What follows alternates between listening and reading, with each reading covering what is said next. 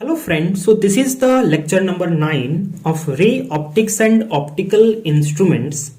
तो यार आज के लेक्चर का जो टॉपिक है that is refraction through a prism. तो यार हमने प्रीवियस लेक्चर में हमने एक टॉपिक पढ़ा है that is refraction through a rectangular glass slab, जहां पर हम लोगों ने ऑब्जर्व किया था कि यार जब कोई एक रे ग्लास स्लैब में एंटर करता है और फिर जब वो निकलता है मींस कि ये जो एमर्जिंग रे है वो इस इंसिडेंट रे के क्या था, एकदम पैरेलल। मींस जिस डायरेक्शन में इंसिडेंट रे एंटर कर रहा है इस ग्लास स्लैब में और जब वो निकलता है तो वो उसी डायरेक्शन में निकलता है। तो यार हम कह सकते हैं कि जो ग्लास स्लैब है ना वो इस लाइट रे के डायरेक्शन को डेविएट नहीं कर रहा है। It means there is no deviation in the direction of light ray। लेकिन क्या होता है कि अगर मान लो अगर ये ग्लास स्लैब यहां पे नहीं होता तब ये जो लाइट रे है वो तो इस डायरेक्शन में जाता, लेकिन इस ग्लास स्लैब के कारण क्या हो रहा है कि अब लाइट रे यहां से जा रहा है और क्या हो रहा है कि पहले वो जिस पाथ से जा रहा था अब क्या हो रहा है वो उस पाथ से शिफ्ट होकर एक दूसरे पाथ से जा रहा है। और कितना शिफ्ट हो रहा है, इतना। और इसी शिफ्ट को हमने नाम दिया था लैटरल। हमने क्या दिया था कि दिया हुआ है that okay that is lateral shift. तो यार अभी जो हम लोग प्रिज्म के बारे में पढ़ेंगे, रिफ्रैक्शन थ्रू अ प्रिज्म पढ़ेंगे, उसमें हम लोग यही चीज देखेंगे कि क्या उसमें भी क्या डेविएशन होगा कि नहीं होगा। ठीक है, तो यार आते हैं हम लोग अपने आज के लेक्चर के मेन टॉपिक पे that is refraction through a prism. And हम लोगों ने प्रीवियस लेक्चर्स में डिस्कस किया है that what is prism. Okay, so let this is a triangular prism. Now let the refractive index of this prism is n2 and the outer medium is n1। let the n2 is greater than n1। मतलब कि ये क्या है, एक denser medium है और बाहर में क्या है, रेयरर मीडियम है। तो मान लो कि कोई एक इंसिडेंट रे ऑफ लाइट ऐसे गया, इस पॉइंट पे स्ट्राइक किया, तो जो नॉर्मल होगा इस पॉइंट पर, इस इंटरफेस पर वो ये होगा। नाउ रेयर से डेंसर जा रहा है, then the ray bends towards normal. ठीक है, and now the normal to this interface at this point will be this, and now the ray is going from denser to rarer, so the ray will bend towards the ray will bends away from normal. तो वो इस तरीके से वो निकल जाएगा। अब अगर तुम एक चीज देखो कि यार ये जो रे है हमारा इंसिडेंट रे है उसका डायरेक्शन क्या है, ये है। मतलब कि यार ये इस डायरेक्शन में बेचारा जा रहा था, आराम से ये जा रहा था, लेकिन ये प्रिज्म क्या किया, बीच में आकर इस रे के डायरेक्शन को वो मोड़ दिया। मतलब भाई कि ये जो रे है ना वो आराम से इस डायरेक्शन में जा रहा था, लेकिन ये प्रिज्म बीच में आकर क्या किया, उसको इस डायरेक्शन में मोड़ दिया। मतलब कि वो इसको इतने एंगल से मोड़ दिया। ठीक है, तो ये रे ऐसे जा रहा था लेकिन ये प्रिज्म आ गया तो इसको इधर मोड़ दिया, मतलब कि इधर मोड़ दिया इसको। तो देखो तो कितने एंगल से मोड़ दिया, इतने एंगल से। Let this is represented by this, और इसी को हम कहते हैं एंगल ऑफ डेविएशन। क्या बोलते हैं इसको हम लोग, एंगल ऑफ डेविएशन। यार कितने एंगल से जो प्रिज्म है वो लाइट रे को डेविएट करता है। ठीक है, तो यहां से तो यार एक चीज क्लियर है कि जो प्रिज्म क्या करता है, लाइट रे को वो डेविएट करता है। देखो ऐसा नहीं है कि रेक्टेंगुलर ग्लास स्लैब में डेविएट नहीं होता। ठीक है, अगर मान लो कि अगर कोई एक लाइट रे ऐसे जाएगा तब यहां पे normal, it bends towards this, यहां पे normal, and then it goes away from normal. तो यहां पे भी तो डेविएट हुआ ना। आखिर ये क्यों हुआ, क्योंकि भाई इसका ये सरफेस और ये सरफेस क्या कर रहा है, एक प्रिज्म के जैसा काम कर रहा है। और मैंने इस पॉइंट को पहले ही उस टॉपिक में डिस्कस किया था कि हमें रेज को इस तरीके से भेजना है ना कि अगर वो इस सरफेस से एंटर कर रहा है तो वो उसके सामने वाले सरफेस से ही निकलेगा, ऐसा नहीं कि उसके बगल वाले सरफेस से। ठीक है, so because of that reason हम लोग यहां पे समझ चुके हैं कि जो प्रिज्म होता है वो क्या करता है, लाइट रे को डेविएट करता है, और जितने एंगल से उसको वो डेविएट करता है उसे हम बोलते हैं एंगल ऑफ डेविएशन। तो अभी हम लोग क्या पढ़ेंगे, अभी हम लोग आगे पढ़ेंगे इसका डेरिवेशन, फॉर्मूला निकालेंगे। सो now see how. So this is the incidence angle, angle of incidence. Let this is I1 and this is R1. Let this angle is R2 and this angle is I2. ठीक है। अब एक चीज देखो कि ये जो दोनों सरफेस है वो आपस में किसी भी एंगल से इंक्लाइंड हो सकते हैं। तो वो जिस एंगल से इंक्लाइंड होते हैं उसे हम बोलते हैं एंगल ऑफ प्रिज्म, और एंगल ऑफ प्रिज्म को हम लोग डिनोट कर रहे हैं ए से। ओके, नाउ ये जो है ये लाइन क्या है, नॉर्मल है इस इंटरफेस पर, मतलब कि ये पूरा क्या है 90 डिग्री है। तो अगर ये 90 डिग्री है और ये R1 है तो ये वाला एंगल कितना हुआ भाई, ये वाला एंगल तुम्हारा हो गया 90 माइनस R1। सिमिलरली अगर ये नॉर्मल है इस इंटरफेस पे और ये R2 है तो ये वाला जो एंगल है ये हो जाएगा तुम्हारा 90 माइनस R2। ठीक है। एंड अब देखो तो ये वाला लाइन और ये लाइन आपस में क्रॉस कर रहा है, सॉरी यहां पर लग गया, आपस में क्रॉस कर रहा है। तो ये वाला एंगल और ये एंगल क्या होगा, बराबर होगा। तो अगर ये I1 है तो ये भी पूरा I1 है, और ये R1 है तो ये वाला एंगल कितना हो गया, ये हो गया तुम्हारा I1 माइनस R1। सिमिलरली भाई ये वाला जो एंगल है ना ये तुम्हारा होगा I2 माइनस R2। ठीक है। So let the ray is P Q R S. P Q R S क्या डिनोट कर रहा है, the P Q R S is denoting the रे, वो रे को डिनोट कर रहा है। एंड ए बी सी क्या डिनोट कर रहा है, प्रिज्म को डिनोट कर रहा है। And let this point is O, ये वाला पॉइंट जो है वो ओ है। So now see we can write for triangle, we can write for triangle AQR, okay, for triangle AQR। अब ट्राइंगल के इंटीरियर एंगल्स का सम कितना होता है 180 डिग्री। So we can write angle A plus this angle 90 minus R1 plus this angle that is 90 minus R2 will be equals to 180 degree, that is A plus 90 minus R1 plus 90 minus R2 is equals to 180 degree, जहां पे 90 मिलके 180 और 180 से 180 खत्म। तो भाई A तुम्हारा बराबर हो जाएगा R1 प्लस R2 के। सो this is a equation or a very important equation. So equation number 1. Now एक चीज देखो, see this triangle OQR, see this triangle OQR। अगर ध्यान से देखो तो भाई ये जो एंगल है, ये वाला जो एंगल है, क्या वो इस ट्राइंगल के लिए एक्सटीरियर एंगल है, एकदम है। सो ये वाला एंगल किसके सम बराबर होगा, इसके बराबर प्लस इसके बराबर। So we can write for triangle क्या है भाई ओ क्यू आर, देखो O Q R. So for triangle O Q R del is the exterior angle, क्या है exterior angle. So we can write del is equals to I1 minus R1 plus I2 minus R2। ठीक है।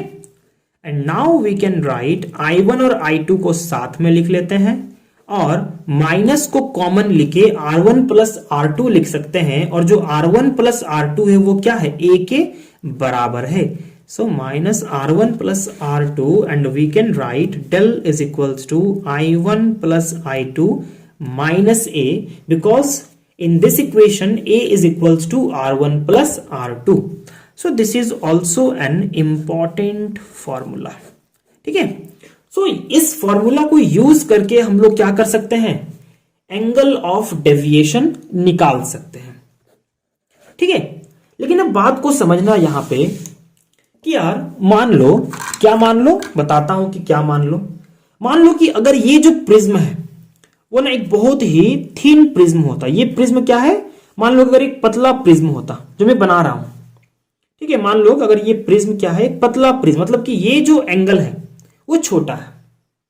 देखो, तो उस case में ये रे ऐसे आता, यहां पे आके इंसिडेंट होता, और यहां पे जो नॉर्मल होता वो कुछ इस तरीके से होता ना। तो जो एंगल बन रहा है वो क्या बन रहा है, इस एंगल के कंपैरिजन में ये एंगल क्या बहुत छोटा है ना। एंड वी नो, हम क्या जानते हैं रे भैया, हम जानते हैं कि for small angles we can write sine theta is similar to theta, लिख सकते हैं। इट मीन्स कि जो थिन प्रिज्म है, थिन प्रिज्म के कारण क्या हो रहा है, स्मॉल एंगल्स बन रहे हैं। ठीक है, ऐसा नहीं कि हर केस में भाई स्मॉल एंगल ही बनेगा, लेकिन थिन प्रिज्म के केस में, अदर प्रिज्म के केस में क्या हो रहा है, स्मॉल एंगल्स बनते हैं। ठीक है, so now using Snell's law को यूज करके हम लोग क्या लिख सकते हैं, that the refractive index is equals to sine I upon sine are.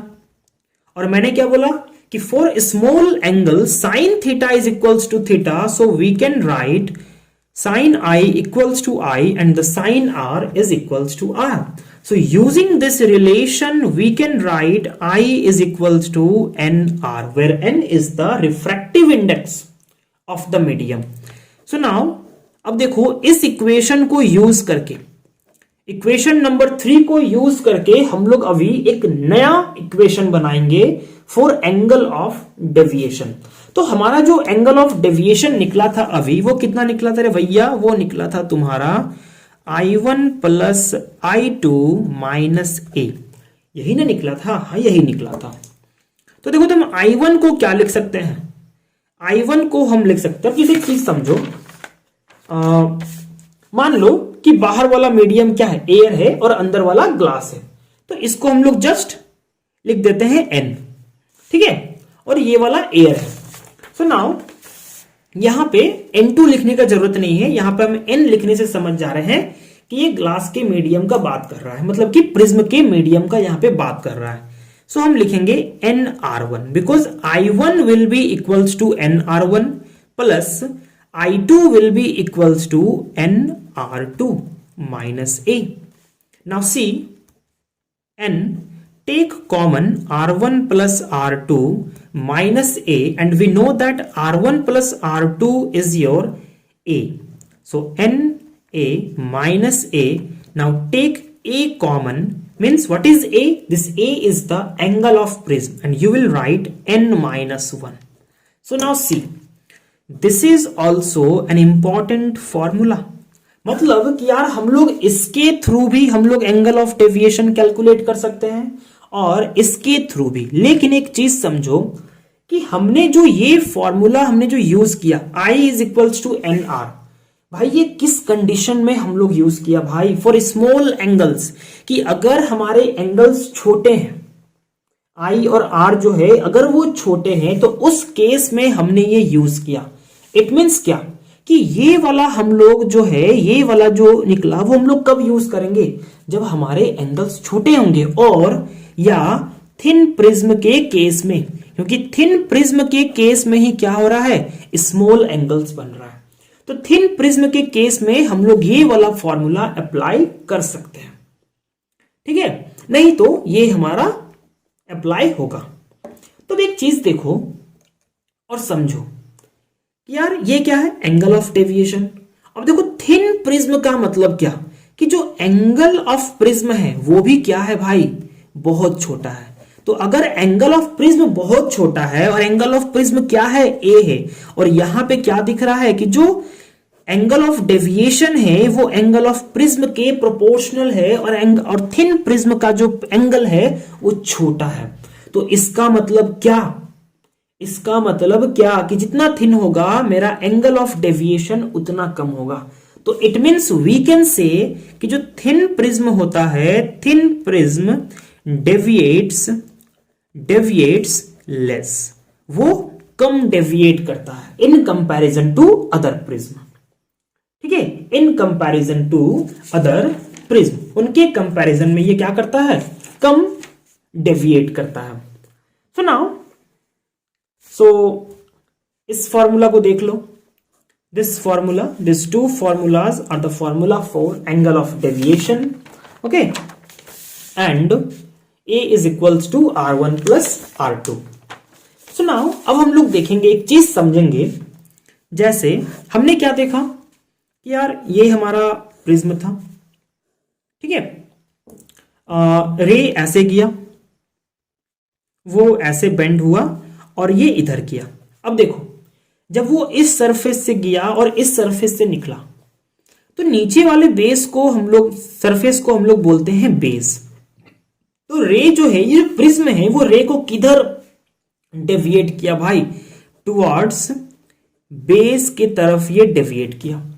मान लो कि अगर कोई एक रे ऑफ लाइट ऐसे जा रहा है, ऐसे ऐसे गया, तो यहां पे नॉर्मल ये है, it will bends towards normal and then it will goes away from normal. तो भाई जब इधर से जा रहा है, इधर से निकल रहा है, तो इस केस में बेस कौन हुआ? ये वाला बेस हुआ। देखो, तो अभी भी ये जो प्रिज्म है वो किधर डेविएट किया? बेस की तरफ डेविएट किया। अगर कोई रे ऐसे एंटर करेगा तो वो इधर जाएगा, तो ये क्या हो गया? बेस हो गया। तो मतलब कि जो प्रिज्म होता है वो लाइट रे को यार जब वो डेविएट करता है ना, तो ऑलवेज वो किधर डेविएट करता है? टुवर्ड्स बेस, ठीक है, वो तुम्हारा बेस के तरफ वो डेविएट करता है। सो नाउ अब हम लोग एक टॉपिक और पढ़ेंगे in the prism, and that is angle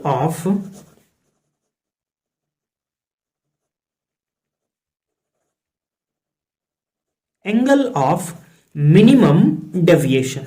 तो देखो, डेविएशन का मतलब तुम समझ गए, मिनिमम का भी मतलब तुम समझते हो कि कम से कम, कि यार इतना तो डेविएट करेगा ही, इससे कम डेविएट वो करेगा ही नहीं, ठीक है, इतना तो डेविएट करेगा ही, इससे कम वो डेविएट नहीं करेगा, चाहे एंगल ऑफ इंसिडेंस कुछ भी हो। कहने का मतलब अभी समझो, मान लो हमने लिया एक थिन प्रिज्म, ठीक है, क्योंकि थिन प्रिज्म इसलिए लिया क्योंकि थोड़ा ये कम डेविएट करता है। मतलब कि अगर कोई एक रे ऑफ लाइट में लिया तो वो उसको ज्यादा अंदर में वो उतना डेविएट नहीं करेगा, ठीक है।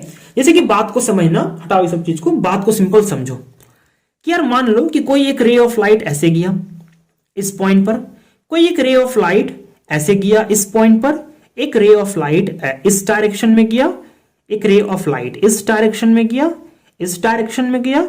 मतलब कि मैं क्या कर रहा हूं कि यार इस पॉइंट पे जो नॉर्मल होगा वो तो एक ही होगा ना। मान लो कि ये नॉर्मल है, तो हम क्या कर रहे हैं, पहले एंगल ऑफ इंसिडेंस क्या है? पहले एंगल ऑफ इंसिडेंस ये है, फिर ये है, फिर ये है। मतलब कि हम क्या कर रहे हैं, एंगल ऑफ इंसिडेंस को हम बढ़ाते जा रहे हैं।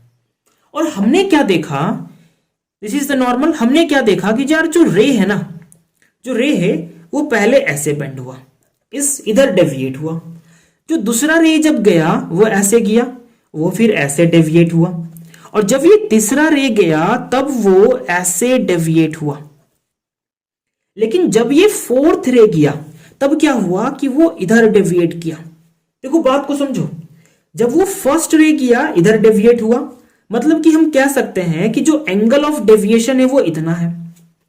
फिर क्या हुआ, एंगल ऑफ डेविएशन इतना हुआ सेकेंड वाले रे के केस, मतलब कि यार एंगल ऑफ डेविएशन घटा, एंगल ऑफ इंसिडेंस बढ़ा तो एंगल ऑफ डेविएशन घटा। फिर जब हम तीसरा रे को भेजे, मतलब कि हम एंगल ऑफ इंसिडेंस को हम बढ़ाएं, तो हमें दिखा कि यार फिर से क्या हुआ, एंगल ऑफ डेविएशन घटा। लेकिन जैसे ही हम फोर्थ रे को भेजे, मतलब कि हमने एंगल ऑफ इंसिडेंस को और बढ़ाया, हमने देखा कि यार अब क्या हुआ, घटने के बजाय हमारा जो एंगल ऑफ डेविएशन है वो बढ़ गया। फिफ्थ रे को भेजा तब भी हम देख रहे हैं कि वो हमारा बढ़ गया, सिक्स्थ को भेजा तब भी हम देख रहे हैं कि हमारा बढ़ गया। मतलब कि अब हम कुछ भी भेज दे भाई, इधर से भी हम कुछ भी भेज दे, कुछ भी भेज दे, इसके ऊपर और कोई रे नहीं जा रहा है। मतलब कि इतना तो मिनिमम ये प्रिज्म डेविएट कर रहा ही है, इससे कम वो डेविएट नहीं करेगा, चाहे तुम कोई भी एंगल ऑफ इंसिडेंस ले लो। अभी तक हम लोग जो भी इंटरफेस पढ़ रहे थे, प्लेन इंटरफेस पढ़ रहे थे, कहने का मतलब हमने क्या देखा, मान लो अगर ये N2 है, ये N1 है, means this is denser medium, this is rare medium, this is normal, this is normal, this is normal, this is normal. हम क्या देख रहे थे, ऐसे रे किया, ऐसे चला गया, ऐसे रे किया, ऐसे चला गया, ऐसे रे किया, वो ऐसे चला गया। हम क्या देख रहे थे कि भाई एंगल ऑफ इंसिडेंस जैसे जैसे बढ़ रहा है, एंगल ऑफ रिफ्रैक्शन भी हमारा क्या हो रहा है, बढ़ते जा रहा है। लेकिन प्रिज्म के केस में क्या होता है कि जब हम एंगल ऑफ इंसिडेंस को बढ़ाते हैं तो यहां पे जरूरी नहीं है कि भाई मेरा एंगल ऑफ डेविएशन भी उसी के अनुसार, उसी के प्रोपोर्शनल बढ़ेगा या घटेगा, ऐसा नहीं है। यहां पे क्या होता है कि पहले एंगल ऑफ डेविएशन घटता है और फिर एक मिनिमम एंगल ऑफ डेविएशन आता है, जिसके बाद और एंगल ऑफ डेविएशन कम नहीं हो सकता, मतलब कि इससे कम उसको वो डेविएट नहीं कर सकता। और अगर हम उसके बाद एंगल ऑफ इंसिडेंस बढ़ाएंगे तो मेरा फिर एंगल ऑफ जो डेविएशन है वो बढ़ेगा। जैसे कि यहां पे इस ग्राफ में तुम देख सकते हो कि यार यहां पे देखो, जब एंगल ऑफ इंसिडेंस यहां पे था कुछ, तब एंगल ऑफ डेविएशन ये था। फिर जैसे जैसे एंगल ऑफ इंसिडेंस को बढ़ाते गया, एंगल ऑफ डेविएशन घटा, एंगल ऑफ इंसिडेंस बढ़ रहा है, एंगल ऑफ डेविएशन क्या हो रहा है, घट रहा है। एक पॉइंट ऐसा आया जिस एंगल ऑफ इंसिडेंस के लिए हमारा जो एंगल ऑफ डेविएशन है वो मिनिमम हो गया, और फिर उसके बाद जब हमने एंगल ऑफ इंसिडेंस को बढ़ाया ना भाई, तो हमारा जो एंगल ऑफ डेविएशन है वो बढ़ने लगा। मतलब कि दो एंगल ऑफ इंसिडेंस के लिए हमें सेम एंगल ऑफ डेविएशन मिल रहा है। तो यहां पे प्रिज्म क्या कर रहा है, कुछ इस तरीके से यहां पे वो वर्क कर रहा है। तो बात को समझो कि in the case of minimum angle deviation, कि जब मिनिमम एंगल डेविएशन होता है तो उस समय क्या होता है, मान लो अगर ये तुम्हारा प्रिज्म है और ये जो रे है, इस एंगल ऑफ इंसिडेंस के लिए मान लो कि अगर तुम्हारा क्या हो रहा है भाई, मिनिमम एंगल डेविएशन हो रहा है, ठीक है। तो उस केस में क्या होगा कि अब जो रे इसके अंदर जाएगा ना, वो एकदम पैरेलल जाएगा बेस के, और जब वो निकलेगा तो वो नॉर्मल के साथ उतना ही एंगल बनाएगा जितना कि ये इंसिडेंट वाला बना रहा था, और ये जो रिफ्रैक्शन में बन रहा था वो भी तुम्हारा, मतलब कि ये दोनों सेम है और ये दोनों तुम्हारा सेम रहेगा, और ये ठीक है, जितना एंगल ये बना रहा है नॉर्मल के साथ उतना ही एंगल ये भी बनाएगा, और ये जो रे होगा बीच वाला, ये तुम्हारा इसके क्या होगा, पैरेलल होगा। So in case of minimum angle deviation हम कह सकते हैं ये हमारा क्या था, I1, ये हमारा था I2, ये था R1, ये था R2। हम कह सकते हैं कि जो I1 है भाई मेरे वो I2 के बराबर है, और जो R1 है वो R2 के बराबर है। तो भाई मेरे जब इसको हम पुट करते हैं ना, इसको हम कहां पुट करते हैं, इसको जब हम पुट करते हैं in the formula of angle of deviation, that is I1 plus I2 minus A। हम क्या देख रहे हैं, I1 और I2 क्या है, बराबर है। तो मान लेते हैं कि ये दोनों तुम्हारा I के बराबर है। So we can write del is equals to 2I minus A। अब देखो ये तुम्हारा मिनिमम एंगल डेविएशन है, so represent it with del M। So यहां से एंगल ऑफ इंसिडेंस हम लोग लिख सकते हैं M plus A divided by 2, means for this angle of incidence there is minimum angle deviation.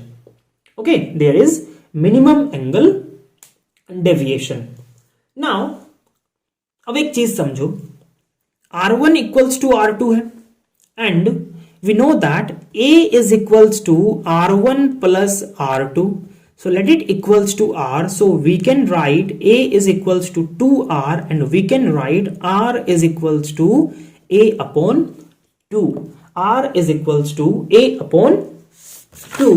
So we can write what we can write that the refractive index is equals to sin I upon sine are.